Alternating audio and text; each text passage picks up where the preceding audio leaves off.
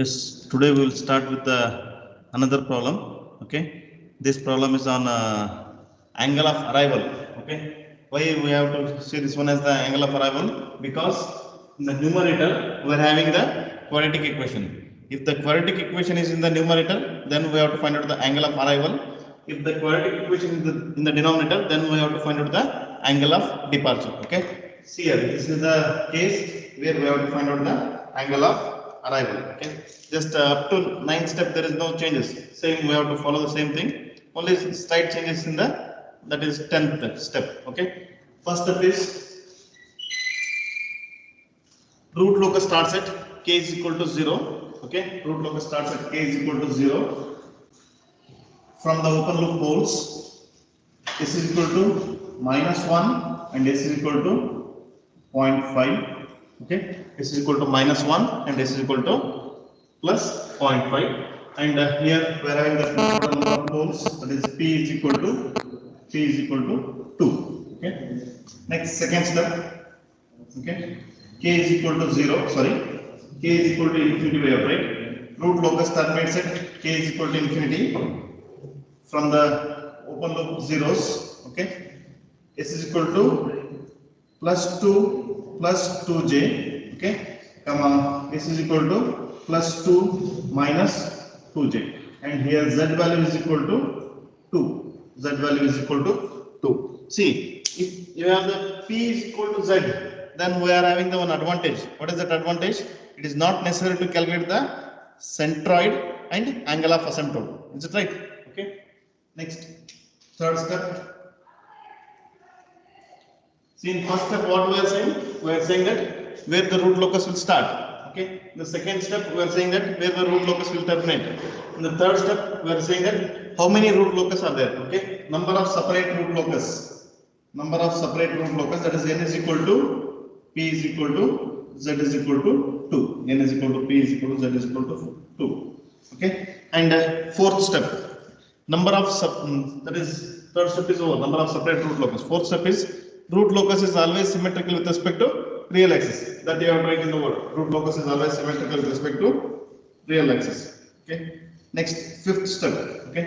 To identify the fifth step, just I will draw the rough figure here. Okay. This is the real axis, imaginary axis. Okay. We are having the first pole at -1. This is the -1. This is the one pole we are having, and second pole at 0.5. This is the 0.5.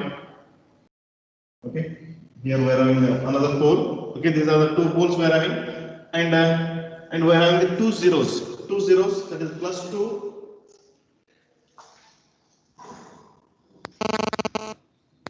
means this is 1, this is 2, this is 1 and 2. Okay, and this is j and 2j minus j minus 2j. Okay, and you are having another 0 at this point. Okay, that is +2 plus 2j. Here this is the 0, and +2 minus 2j. This is the second 0 we have. Okay, after this we have to write the root locus on the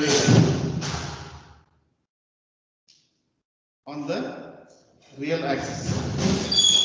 On the real axis. Okay, first what we have to consider? We have to consider the imaginary axis after the +2. Okay, here we have to consider the imaginary axis. Okay, right side of the imaginary axis there is no poles and zeros, hence there is no root locus from 2 to positive real axis. 2 in the positive real axis, there is no root locus. Next, what I will do? I will consider the imaginary axis in between this +2 to 0.5. Okay, I will consider the one imaginary axis here. Right side of the imaginary axis, total poles and zeros are 2. This is the one 0 and the second 0. 2 is the even number. Hence, there is no root locus on the real axis from 0.5 to 2. Say, we can say that in one sentence, there is no root locus on the real axis from the 0.5 to throughout the positive real axis. Okay. Next, I will consider the imaginary axis between this 0.5 to -1. Okay, I will consider here. Right side of this imaginary axis, total number of poles and zeros are 3. That is 1, 2, 3. 3 is an odd number. Hence, root locus on the real axis exists between 0.5 to this -1. 0.52 minus 1. Okay. Next I will consider the one more imaginary axis here. Okay. Right side of the imaginary axis, total number of poles and zeros are, that is 1, 2, 3, 4. 4 is the even number. Hence again there is no root locus now. -1 to throughout the negative real axis. Only we are having the root locus on the real axis in between 0.52 minus 1. Okay. 0.52 minus 1, and you can make the dark line here. Okay. In the graph sheet. That is -1 to 0.5, or you can write 0.52 minus 1, both are same. Okay. And sixth step and seventh step, that is angle of asymptote and centroid. Angle of asymptote and centroid. It is not necessary to calculate the angle of asymptote and centroid here, because in the both the formulas we are having the denominator as p minus z. If the p is equal to z, then that value will become 0. Hence total value will become infinity. Hence it is not necessary to calculate the angle of asymptote and centroid. Next we are having the breakaway point on the real axis. Breakaway point on the real axis. We are getting the breakaway point in between 0.52 minus 1, because in between the 0.52 minus 1 we are having the root locus on the real axis. Okay. This breakaway point is always related with the step number 5. Okay. To find out the breakaway point, what we have to do? We have to go for the 1 plus g of s into h of s is equal to 0. That characteristic equation we have to consider. That is I will write here 1 plus I will write this one as this. That is k into s square minus 4s. Okay, plus 8 divided by, I will just multiply these two factors. Okay, then what happens? This will become s square 0.5s. Okay, I will write here, that is s square minus 0.5 into s. Okay, plus s minus 0.5 is equal to 0. Then again I will take the LCM here, and I will write this term to here, and I will again make the simplification. Then we will go for the dk by ds. Okay. Here what happens? I will write this term here. That is s square. This is s minus 0.5 s plus 0.5 into s. Okay. Minus 0.5. Okay. Plus k into bracket s square minus 4s plus 8 is equal to 0. Okay. S square plus 0.5 into s minus 0.5 plus k into s square minus 4s plus 8 is equal to 0. Then I will find out the k value. Okay. To find out the k value, what we have to write? I will just remove this one.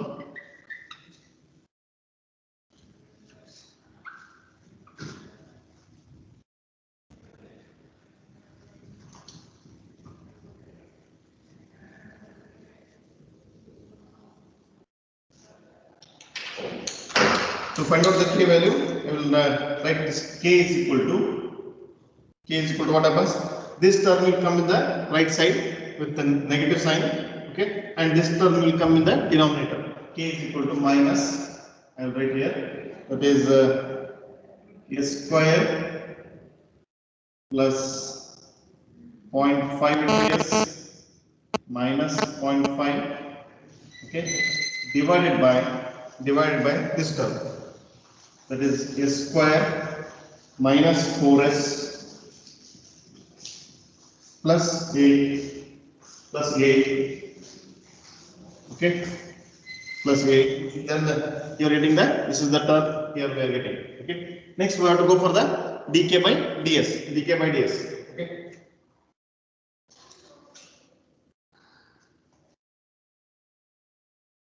so write that is a differentiation with respect to s.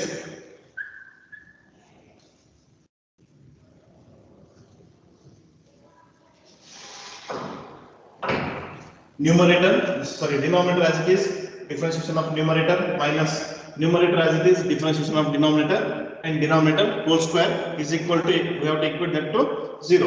Okay, here I will write that is dk by ds is equal to minus, I will write as it is, denominator I will write as it is again, that is s square minus 4s plus 8, okay, into differentiation of numerator, that is 2s plus 0.5, okay, close the bracket, minus that is numerator s square plus 0.5 into s minus 0.5, okay, into differentiation of denominator, differentiation of denominator.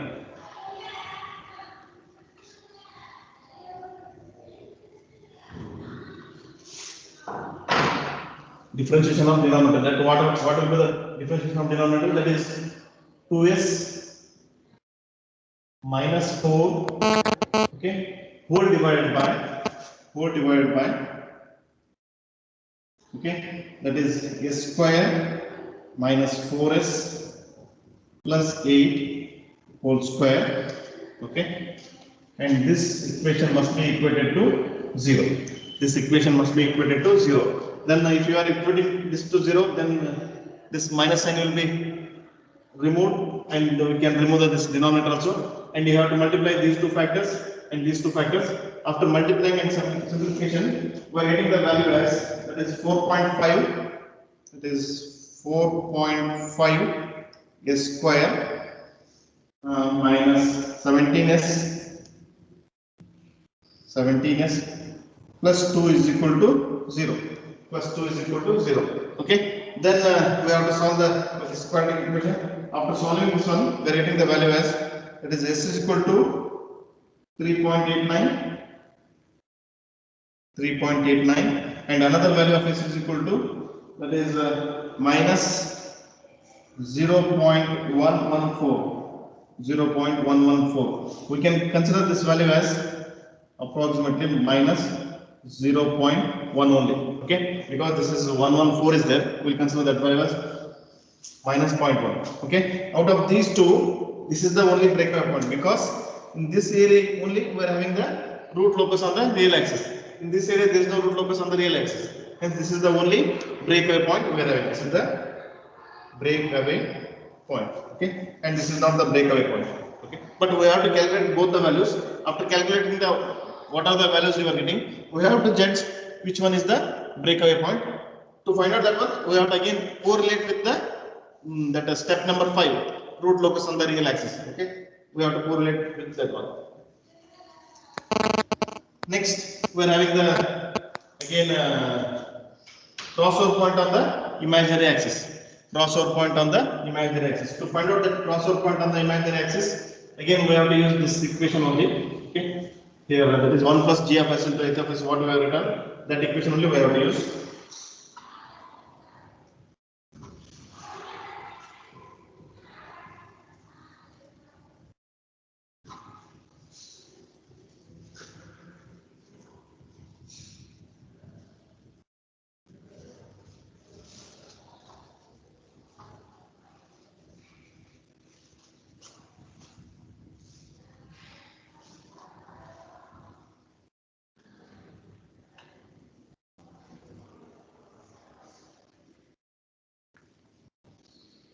What happens if you use the crossover? There is a characteristic equation, that is the 7th step we will take, okay.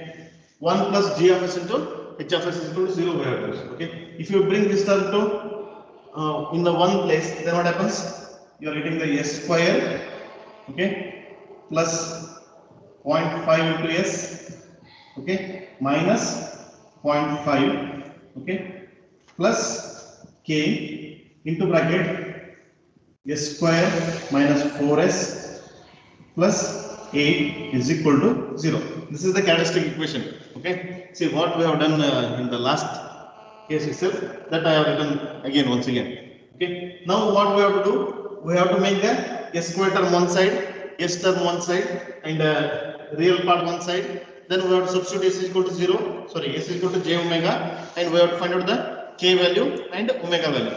Okay, to do that one, first I will write here s square, or here what happens, I will write the s square, this one, okay, plus 0.5 into s minus 0.5, okay, plus k s square, okay, minus k into 4s plus k into 8 is equal to 0.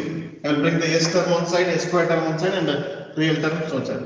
Okay, then what happens, k plus 1 into s square, k plus 1 into s square. Okay, next here we are having the two factors, that is plus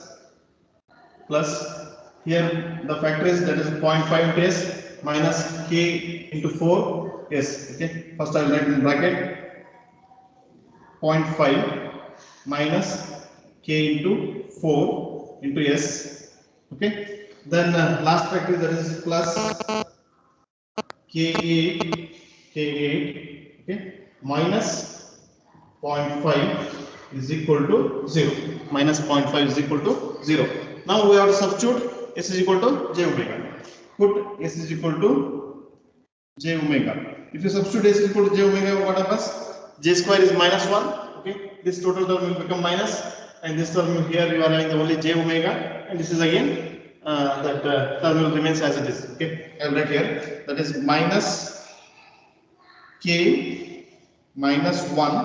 Okay, for this term minus k minus 1, because sorry, minus k into omega minus k omega square minus omega square. Okay, after substituting s is equal to j omega, and substitute j omega as minus 1. Okay, plus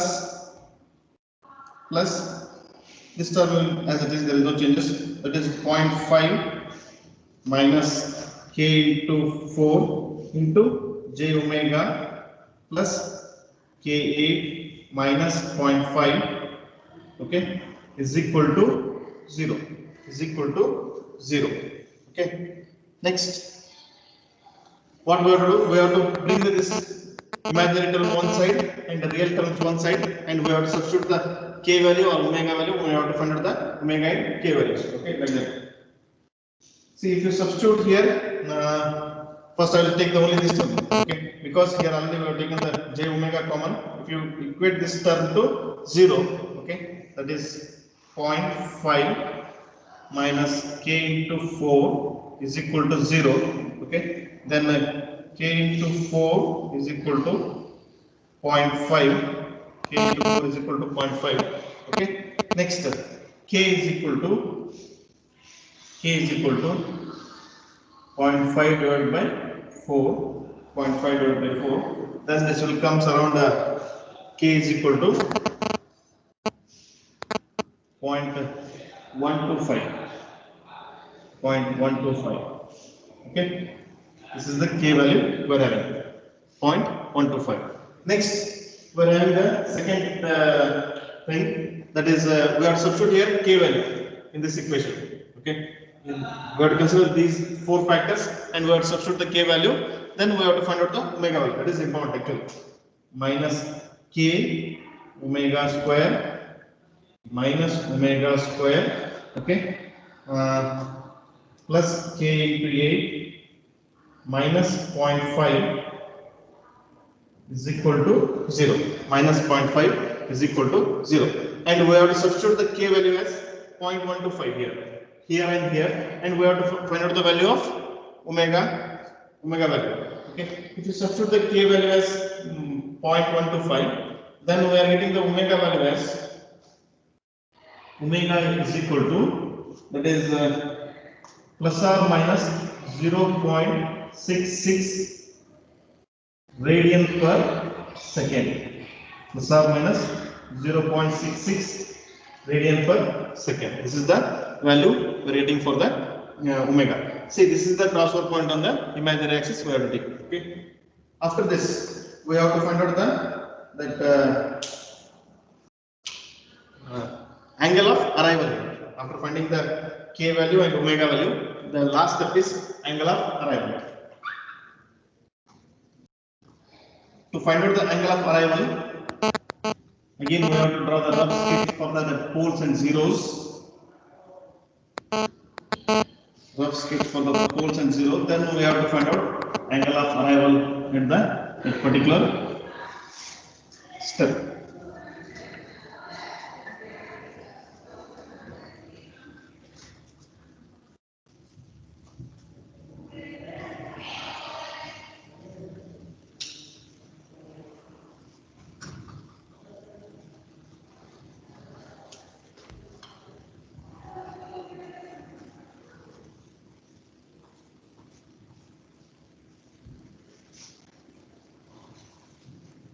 We have to find out the angle of arrival. It is 7 point or 8 point, something like that. It is theta A is theta A, not theta D here. Theta A is equal to 180 degree minus, here we have to use summation of theta z, summation of theta z minus summation of theta z minus summation of theta p, summation of theta z minus summation of theta p we have to use. Okay, here we have to find out the summation of theta z and the summation of theta p, then we have to find out that angle of arrival. Okay, to calculate that one, just I will draw here that figure.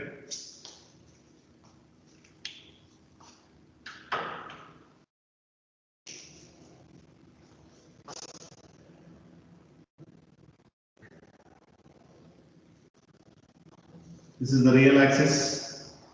This is the imaginary axis we are having.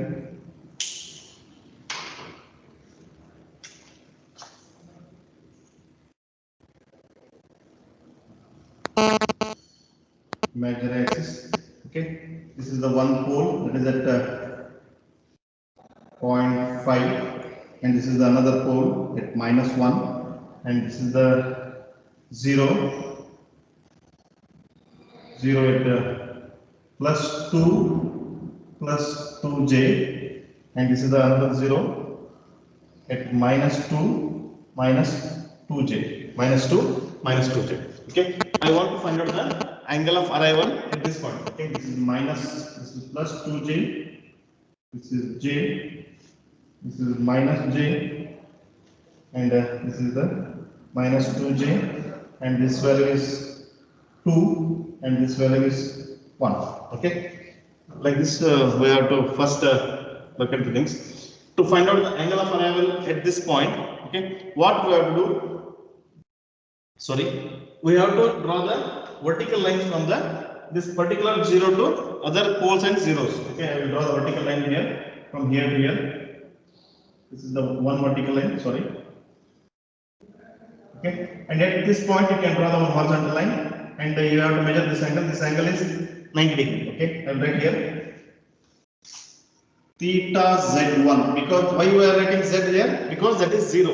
Okay, hence theta z1 is equal to 90 degree. Theta z1 is equal to 90 degree. Next, we have to draw for the remaining poles and zeros. This is the one pole. Okay, and another pole. We have to draw another line. You have to draw the straight line here. Okay, and we will take this angle as theta p1. Okay, and we will take this angle as theta p2. Okay, now we have got the theta z1. This is theta z1. Why we are calling this one as theta z1 is because this is 0. Why we are calling this one as theta p1? Because this is pole, and this is theta p2 means this is again pole. You can take theta p1 as this one or theta p2 as this one. There is no changes at all. Okay. Next, to find out the theta p1, that is theta p1 is equal to see, we have to find out the angle, this angle. To find out that angle, we have to write tan inverse of okay, opposite side is, this value is 2 because we have taken the plus 2. This value is 2. Opposite side is 2, and adjacent side is this is 0.5. This total length is 2. 2 minus 0.5 means 1.5. 1.5. This is equal to, you are getting the theta 1 value as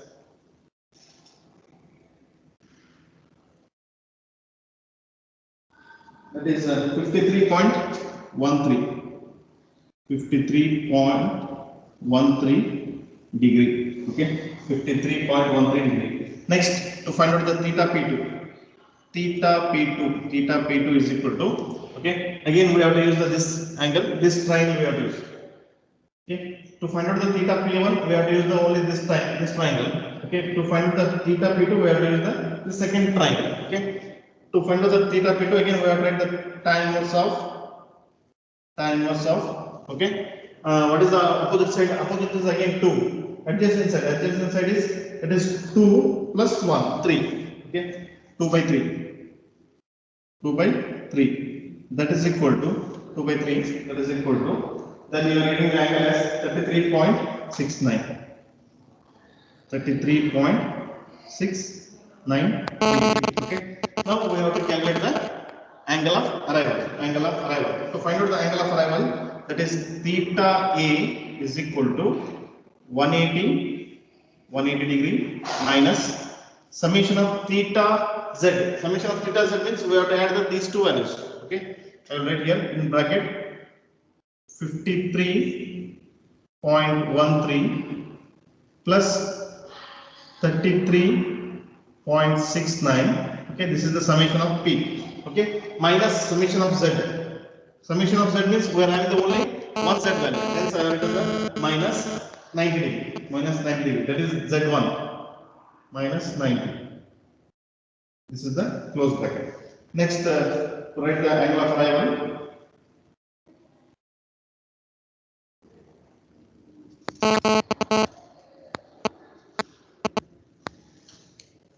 Theta A is equal to, you are getting the value as 176.82 degree. 176.82 degree at this point. Okay, 176.82 degree. Similarly, at this point we have tried the same value with negative sign.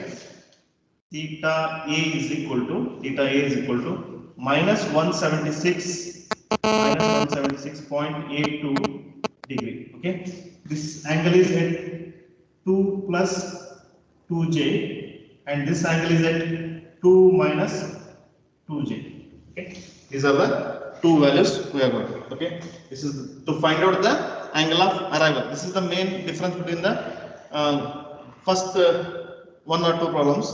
Okay, in last class we have discussed about the angle of departure, and this one is the angle of arrival. Okay, just now we will draw the graph now. Okay.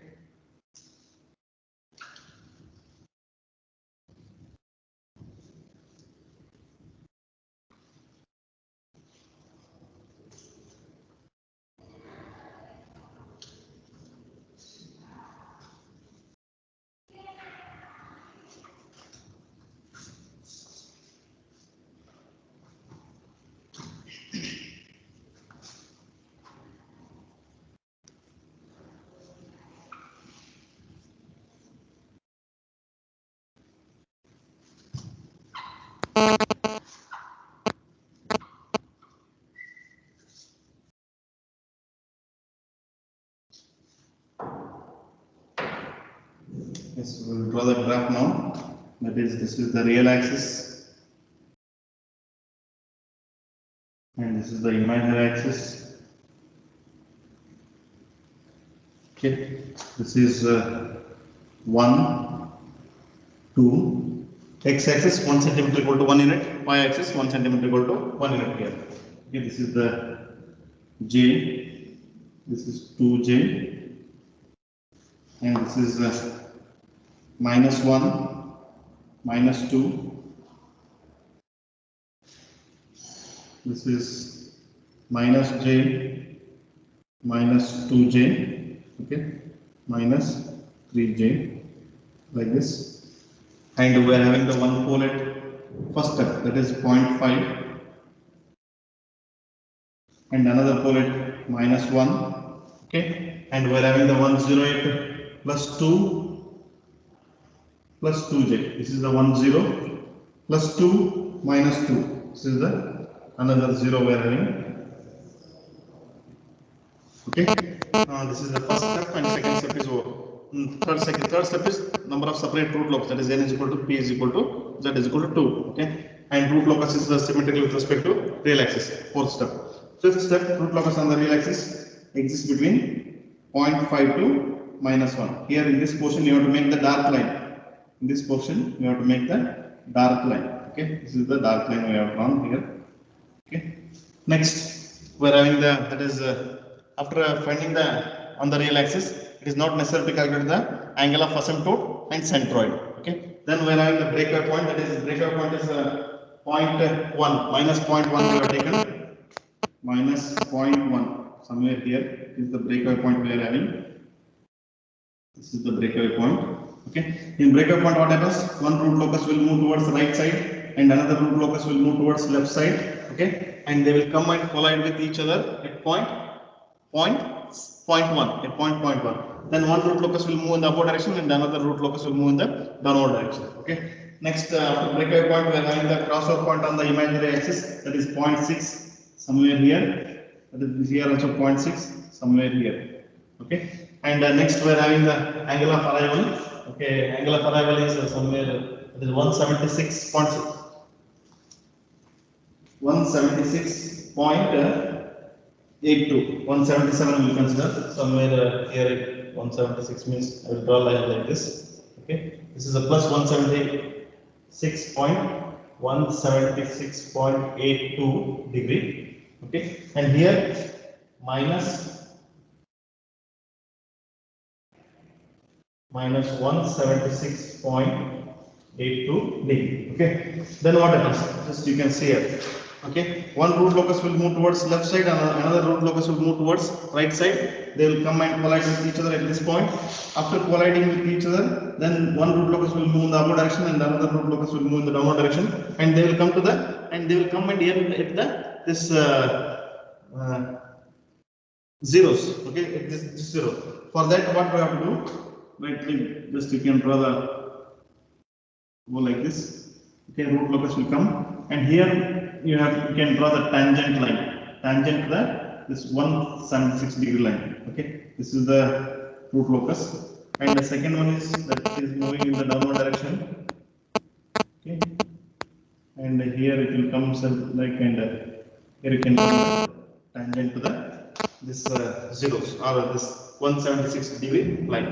Okay, this completes the angle of arrival problem. Okay, thank you.